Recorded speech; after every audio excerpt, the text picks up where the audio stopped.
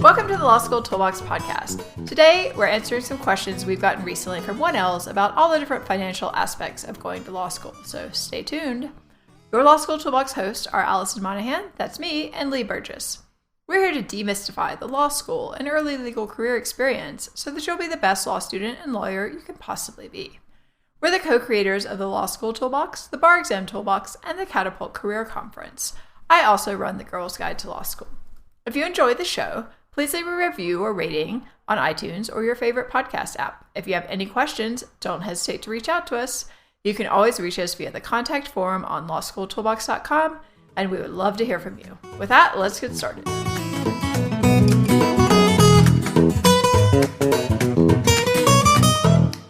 Before we get started, if you are listening to this and will be starting law school this fall, we encourage you to check out our Start Law School Right course. This course walks you through what we think you need to know to be successful in your 1L year. Want to learn more? Check out the course page at lawschooltoolbox.com/start-law-school-right. Feel free to reach out to us if you have any questions or are wondering if this program is a good fit for you. Welcome back. Today we're answering some questions we've recently gotten from 1Ls about all the financial aspects of going to law school. If you have a question, feel free to send it in using the contact form on lawschooltoolbox.com. All right, let's jump right in. People are currently in the midst of deciding which law school to attend, which brings up one big question. When should you take the money?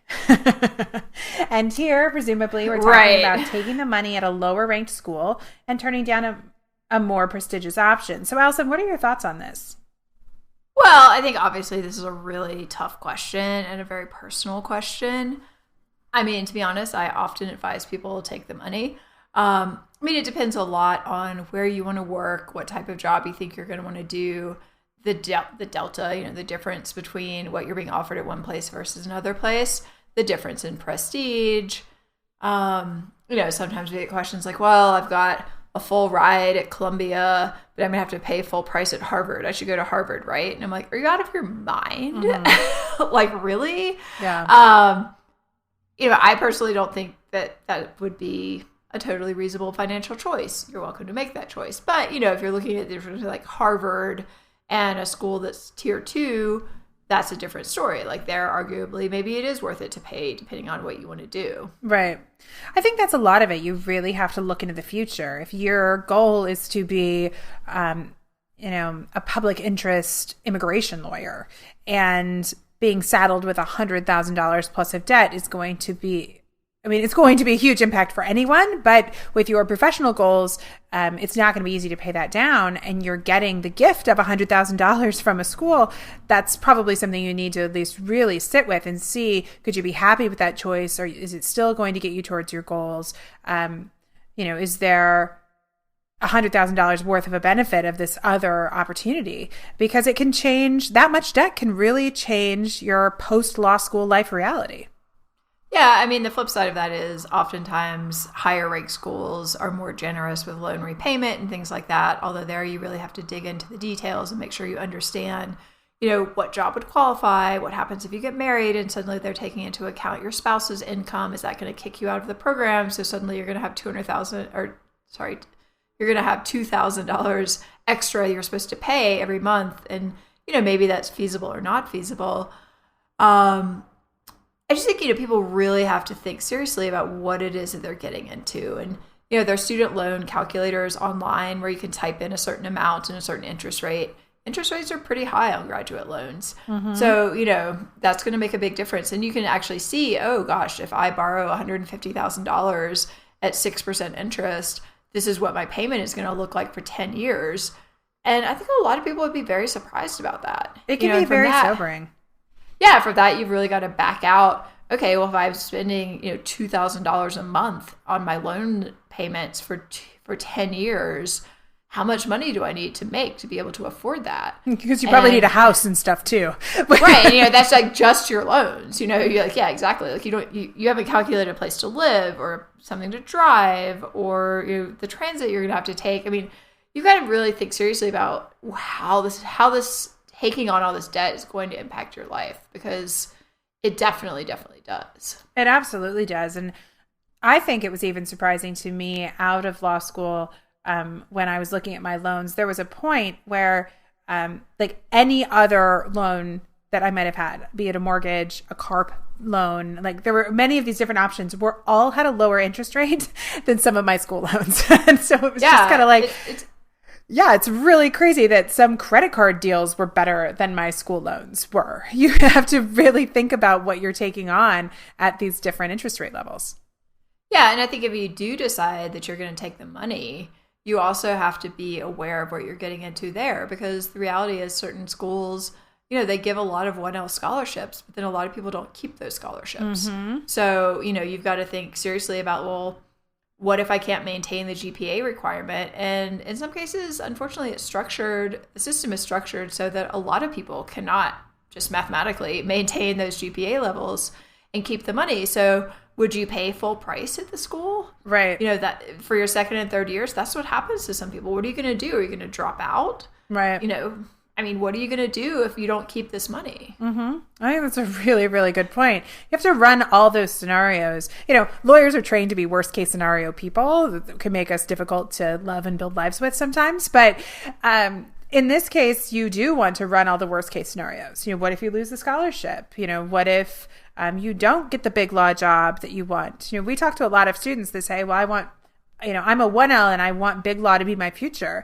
Well, that's great to have that goal, and we can help you try and get to that goal, but that's not a guaranteed ticket anymore. Maybe it used to be, but there aren't as many jobs as there used to be. It can be a little harder to make sure, depending on what school you go to, that is the career path you're on. And even if you are on that career path, you can graduate in challenging economic times. The year I graduated in 2008, I came in, I started on time. The class after me, they pulled offers. People were losing big law jobs. People were getting laid off. Start dates were getting delayed. Like, all these things are happening. And people are like, whoa, what happened to my cash cow job? Yeah, like, wait a second. I've got $150,000 in debt. You promised me this job. Like, what am I supposed to do? And they're like, sorry, maybe you'd like to go intern for a year. We'll pay for like $50,000 of that. Right. It's really challenging. So it's not saying that you shouldn't take any risks. You just need to really understand the risks. And if you've got two scenarios and one is a much lower risk from a financial standpoint, you should seriously look at it. Yeah, and again, it really depends on your personal scenario. It depends on your personal goals. It depends on your personal risk tolerance. It depends on how much, financial family backing you have. If your parents can save you if they have to, that's really different from someone who's a first generation college student, who really doesn't have any sort of safety net. So, you've got to do what you're comfortable with. But I think the key is just, you really have to understand what you're getting into and be realistic about what that's going to do essentially for the rest of your life. Mm-hmm. And also things to think through. There are limits to how much 1Ls can work. And a lot of people would argue that 1Ls shouldn't work at all. But maybe you're someone who in college always had a part-time job to supplement income. Well, that can be challenging to have a part-time job. Oftentimes you work for free your first summer after law school. If that's the case, then you need to also realize that you may not really be making money that summer either. How does that play in? You kind of have to think through how it's going to look year to year to make sure that you are planning out and you know what you're getting into for the long haul. Yeah, and just being realistic. Everybody, of course, thinks they're going to be at the top of the class, but the mathematic reality is not everyone can be at the top of the class. Mm-hmm. So, whatever you decide to accept, I think you should really not accept with an idea that you're going to be anything other than the average student at that school. Right. And if you are greatly above average, fantastic. But you can't really predict that right now. Right. Yep. So what about if you get your scholarship package, you get your financial aid package, and you've got a couple offers? Do you just have to sit there quietly at your desk and pick one, or do you get to use your pre-lawyer skills and negotiate something else? I think you should definitely negotiate in this scenario. I think sometimes people either don't realize that's acceptable or they don't feel comfortable with it. It literally could just be a single email to your, the school that you're most interested in attending saying, look, you guys are my top choice. I would really love to attend. However, I have a scholarship offer from a similar school. and here's the number. This is making it very challenging for me to, it's really hard for me to turn this down because I just got out of the Peace Corps. And, is there anything you could possibly do to re-examine my file and maybe increase my scholarship? Mm-hmm. This will take you 10 minutes maybe to craft this email to your personal specifications. It could get you thousands or tens of thousands more dollars. Send that email. Yeah, there's no downside. They're not going to say, no, we're pulling your admission letter. They're no, not exactly. It's just send the email. Mm-hmm. The worst thing they can do is say no. Right. But yeah, you should definitely try to leverage any other offers you have. I mean, sometimes people are well, it's not exactly a comparable school. I mean, I can tell you from personal experience, I got Columbia to give me more money for a school that was really not comparable. Mm-hmm. And basically sometimes they just do it and sometimes they don't. But it never hurts to ask. Yeah. The way that all this money is handed out at schools is, I think, a bit of a dark art. I mean, it's not, there's no way for you to know what's available to prospective students. Right. And there's just no harm in asking. I mean, you want to be polite about it, but it just doesn't require that much effort to ask for it. Yeah. All right. So let's just assume that you've now got all the money that you need to start your semester. And now you're good to go, right? I mean, you just get your check and you're fine. Well, we've been getting a lot of questions around student loans. Because I think for a lot of people, they haven't necessarily had to take out student loans before. So it's just not something, I mean, how does it work? Do they just send you a check? Does the school take the money? Things like this. So let's just talk about kind of the basics. So first off, how do you even get this money? I think it's a great question. Is it just going to rain dollar bills like you're in Vegas? Yes. Well, you do get the money sent to you, usually by a check, or I think some people get a direct deposit now. I think you can set it up so that it's electronically transferred, but it's usually transferred on a semester basis. That's my understanding for most students. Don't you agree? Yeah. So I remember basically the beginning of the semester, you would get a notice, okay, your loan has been dispersed for the semester. I mean, obviously you have to sign everything beforehand saying, right, okay, I'm going to pay this back, whatever. You probably have to go to an entry counseling session where they tell you don't spend too much money in school because you're taking a bunch of loans out. But you've signed off, you're yes, I want the money. At least in Columbia, they sent most of it straight to the school. So, to pay tuition, basically. Yeah. So I never, you don't see that money necessarily in your bank account. So if you have a scholarship or a grant, typically that's going to go in around the same time. So all of that kind of goes to pay your tuition, and then you get essentially what's left over. Yeah. And that date that you get that money, we hear from different students, can really vary. So if you can have a teeny tiny bit of cushion, because sometimes those checks or that funding, that extra money is a little late and you don't want to, for instance, not be able to pay your rent. Yeah, exactly. I mean, I think if you can have some sort of emergency fund that enables you to fund yourself for at least a few weeks, because oftentimes the checks, something happens or they're just overall delayed. I mean, you can't really rely on them coming in exactly when they're produced. And oftentimes they don't really tell you anyway. It's it'll be around the second week of January or whatever. Right. And you're okay, great. I kind of need to pay for books. I need to not be evicted. Right. I need to pay for books. So, I mean, you can float some of that on a credit card and stuff. But there again, you want to know, when's the money coming so that you're not stuck paying a bunch of interest charges on the credit cards that you had to use to pay for your books. Yep, exactly.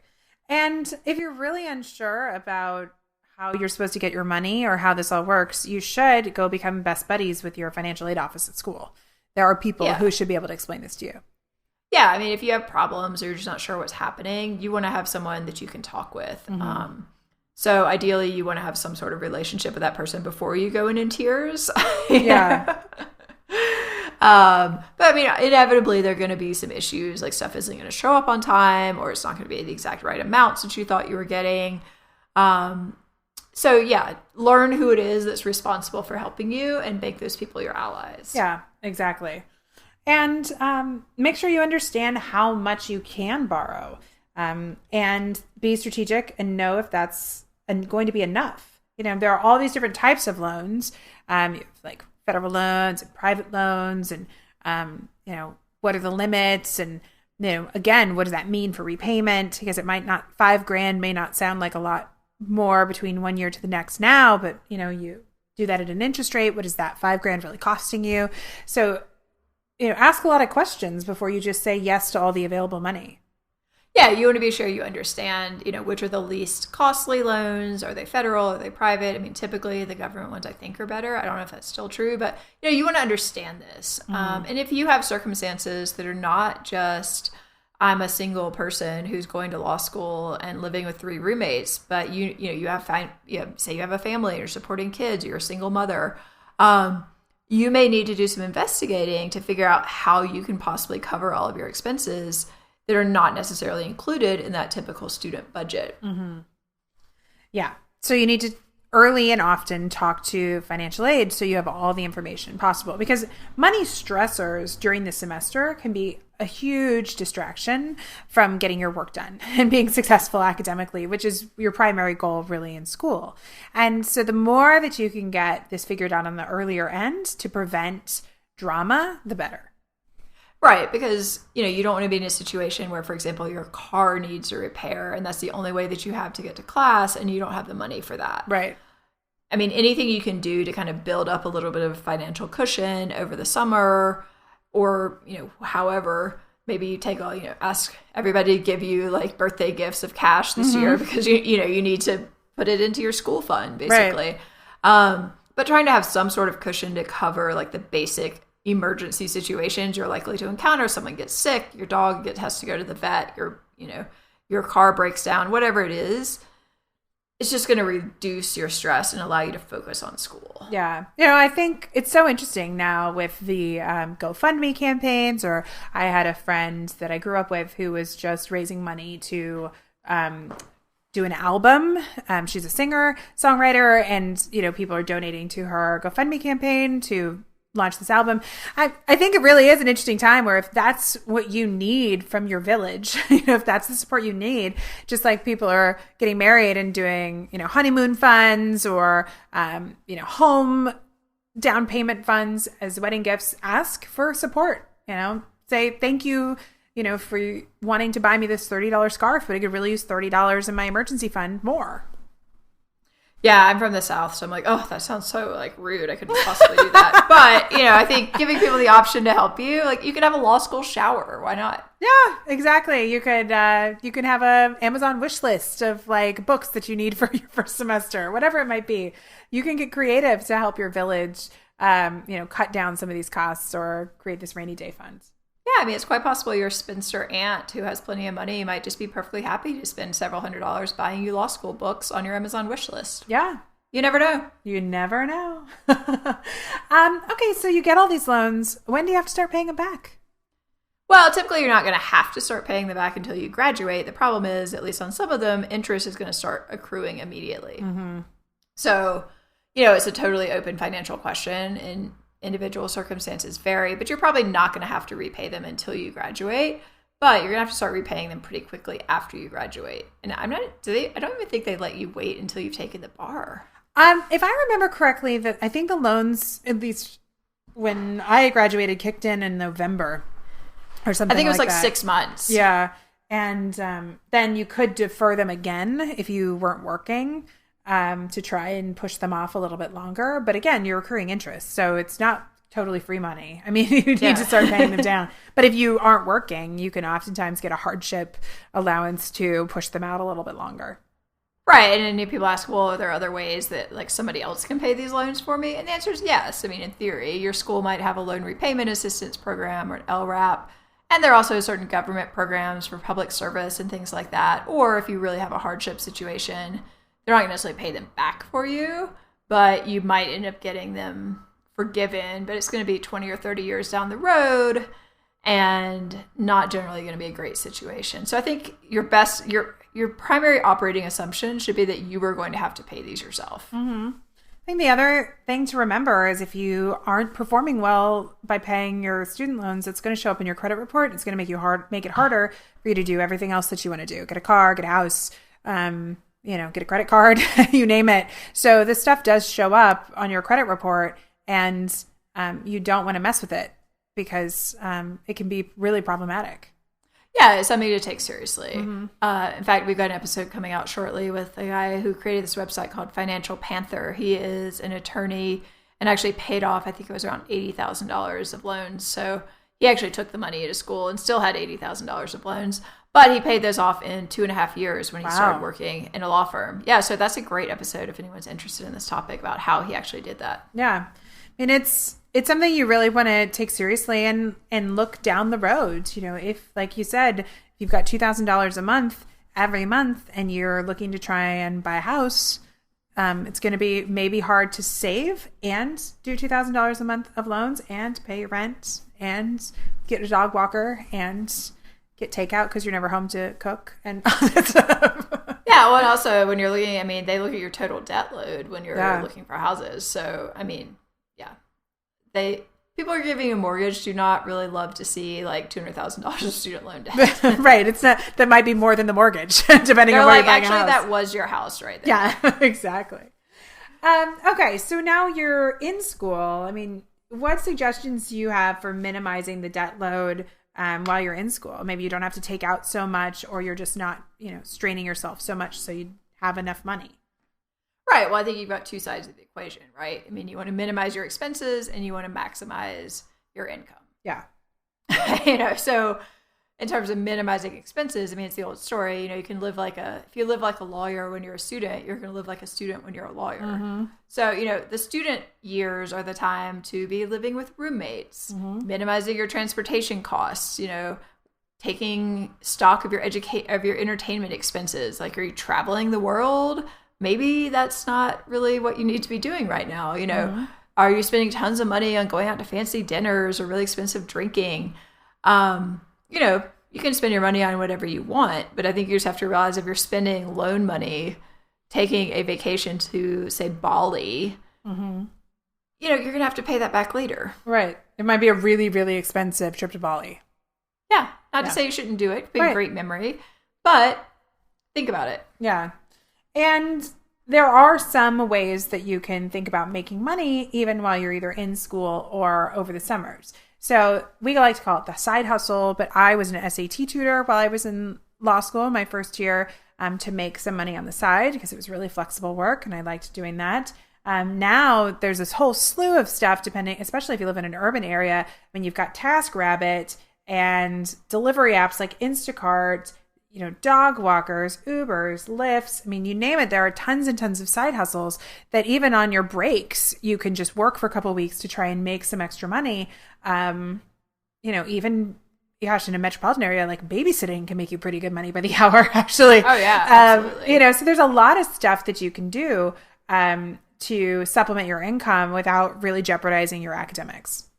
Right. And I think sometimes people think of these side hustle type things as actually being something enjoyable that they just happen to get paid for. Mm-hmm. So for example, if you're doing some sort of bicycle delivery service of food, well, that's exercise. So you're basically getting exercise and you're getting paid. Yeah. Or if you really love dogs and you're sad that you can't have a dog because you're in school, well, you can join a dog walking app and then you can get paid to walk other people's dogs. Yeah. That's so true. So it doesn't have to be this like, oh, I'm like wasting so much time, like getting paid nothing. Mm. It's like, no, I'm getting paid $20 an hour to go and walk someone else's dog, which I would do anyway for free. Right. I have another friend on a way to save money that loves doing yoga and does a cleaning exchange with the yoga studio. For 1 hour or 90 minutes of cleaning, she gets like unlimited yoga classes for something like $20 a month. I mean, it's a really amazing trade, totally worth an hour and a half of time. But I mean, that unlimited yoga for a month would be hundreds of dollars, so it's. Yeah, actually, totally. I saw, it was some law student had a blog where she was going around to different gyms in New York City and doing like a free week at each one. Mm-hmm. So, it's like you may not even have to pay for a lot of stuff. No. People oftentimes have student discounts for things, gyms. And I have another friend who runs a gym in San Francisco and they have a student rate that you just need to ask about. I mean, you kind of have to ask a lot of questions. And I think if you've been working, it can be hard to get back into that zone. If you've had a job or you've felt very comfortable financially, it can be like, oh, I don't want to be that person again who like doesn't have any cash. But it's okay. You're in school. Like everybody understands, Exactly. You can be that person for a while.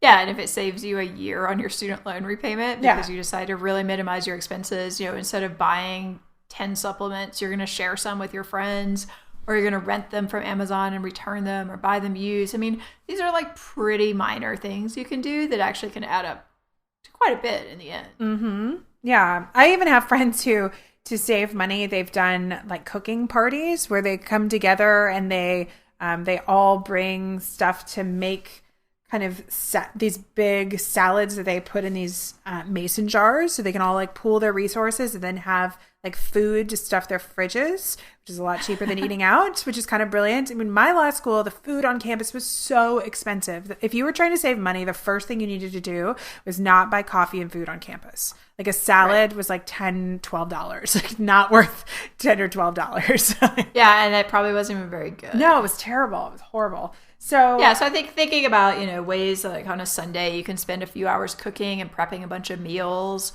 for the week so that you're ready to go. It's easy to take them with you. It's healthier.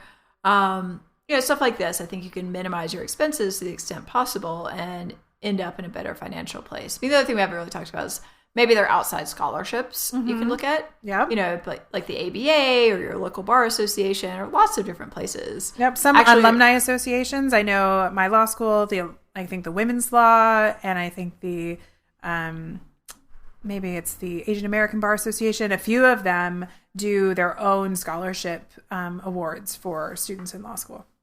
Yeah, lots of affinity groups. So if you potentially are in any sort of affinity group of any type, that is a great place to look for someone who might be willing to give you more money for free. Yeah, and it's always good. As I mentioned, that first summer job can oftentimes be free, unfortunately, but some summer jobs are not. You can decide. Maybe you have an offer for money and an offer for no money, and you decide to take the one for money. Or that second semester job has the ability to be a way to make money. Or you do it for free, but you only work 30 hours a week, so you can side hustle, 15 extra hours a week to make ends meet. You just have to get creative to make it work. Yeah, and oftentimes a school will have funding to a certain extent for public interest work and things like that. You want to make sure you're aware of what are the deadlines for that funding? How do I apply for it? So that you can put yourself in line to actually get the job that you want, but not be, literally like scraping ramen out of the bottom of a jar for the entire summer because you have no money for food. Right. Yeah, which is not a good place to be. You're not going to perform well if you're just eating ramen all the time. That's not. Yeah, it's not going to go well. And it can be hard because maybe you get a quote unquote better job opportunity that's not paid versus one that is paid. And this, just like those early decisions about where to go to law school, you really have to sit and think about your goals and realize what that means to not make money for that summer and make sure that the opportunity cost of that lost income is worth it. Yeah, absolutely. I mean, this is something that plays out during the summer and also that plays out on that first job search after school. Should you take the job you really want or do you take the job that pays more? It's hard. It's really hard. And I think this is why a lot of people who have the opportunity at a higher ranked school to go into a big law job take that job, even though if you'd asked them, before they started law school, is this something you're interested in? They actually would have said, absolutely not. Like, there's nothing I would like to do less. And that's kind of sad. Yeah. Yeah, it really is. So, these are not easy questions. And I guess the biggest takeaway is just really think through the scenarios and weigh the pros and cons. I mean, that, you don't want to regret. I think your goal is to not regret these decisions, but to just make the best decision that you can given the information that you do have at the time. Right. And the other thing to keep in mind is a lot of these are not necessarily permanent decisions. So if you decide as a 1L, like, okay, I'm going to take the full ride scholarship at a lower ranked school because I think I can do really well there. And then if I don't do well, at least I'm not, spending tons of money. And then you end up doing really well, you can probably transfer. Yep, exactly. And you might end up paying full price or, close to full price or whatever, but you only pay it for 2 years. And then that can, in that way you can leverage your first year performance into a higher ranked school without having to pay 3 years of full tuition. Yep. Very, very good point. So your path is not necessarily set. You just have to keep looking for those opportunities. Because sometimes you might be doing really well and money or opportunities that can change your financial situation can come up at any time. Yeah, you really just never know. No. But all right. So what about any other tips you might have, Allison, on managing your financial life while you're in law school?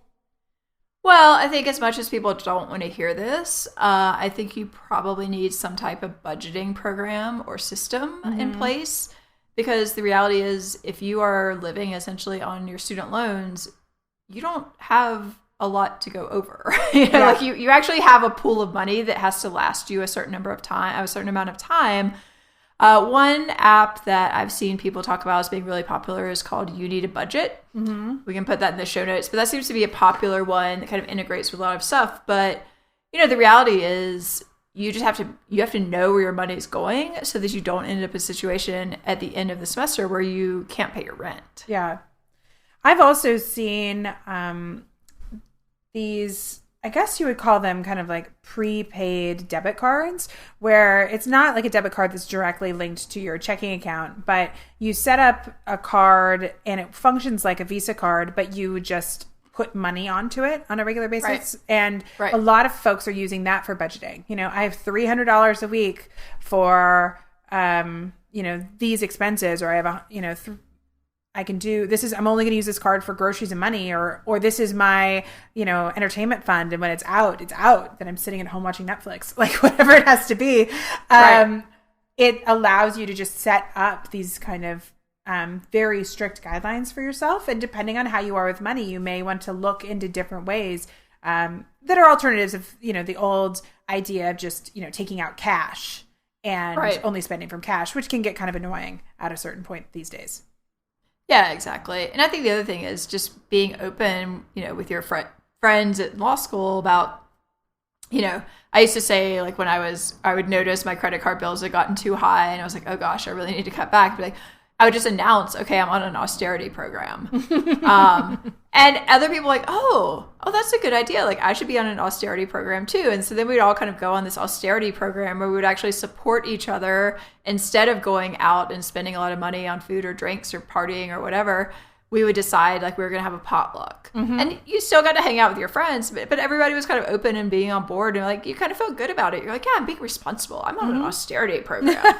Yeah. I mean, a lot of fun can be had, when making different decisions, but especially with bar nights and stuff like that, it's amazing how fast, an evening can turn into $75 or $100 out of pocket when you're kind of wondering what you even did with all that money.